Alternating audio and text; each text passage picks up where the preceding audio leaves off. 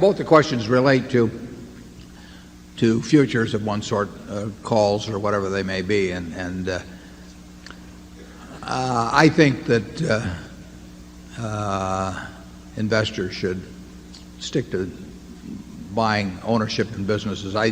It's not that you can't come up with a theoretical argument for buying, say, if you think Coca-Cola is attractive, you can say, well, I'd rather buy a 5-year option on Coke than buy the stock directly because it introduces leverage without the risk of going broke. But I think that that's a dangerous path to start down because if it works well, it's dynamite to start playing with things that can expire and become worthless or can be bought with very low margin as the OAX options you were talking about.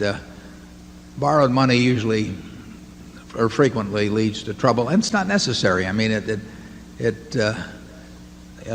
you had some compelling reason, if you had to double your money by the end of the year or be shot, then I would head for the futures market because you need to do it. I mean, you have to introduce borrowed money, but you really ought to figure out how you can be happy with the present amount of money you've got, and then figure that everything else is all to the good as you go along. And I don't think people, once they start focusing on short-term price behavior, which is the nature of buying calls or leaps or speculating in index futures, once you start concentrating on that, I think you're very likely to take your eye off the main ball, which is just valuing businesses. I don't recommend it. Charlie?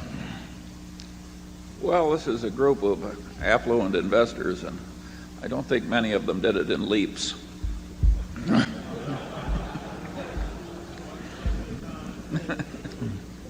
Yeah, it's certainly true. If we'd operated Berkshire with considerable borrowed money over the years, it would have done very much better than it has, but nobody knew what that amount of borrowed money the appropriate level would have been, and it wouldn't have made any difference to us. I mean, we have just as much fun doing what we've done than if we'd owned it on leverage and had been twice as much. I mean, it's not the way we approach it.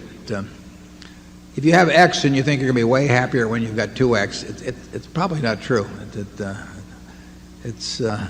You really ought to enjoy where you are at the point, and if you can make 12 or 15% a year, and you desire to save and you like piling it up, it'll all come in time. And why risk losing what you need, and have for what you don't need and don't have? It's never made a lot of sense to us.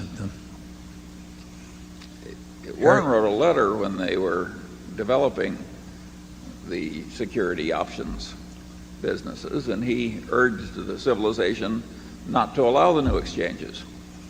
And you can see how much attention they paid to him. Yeah, the usual amount. Yeah. Area 3.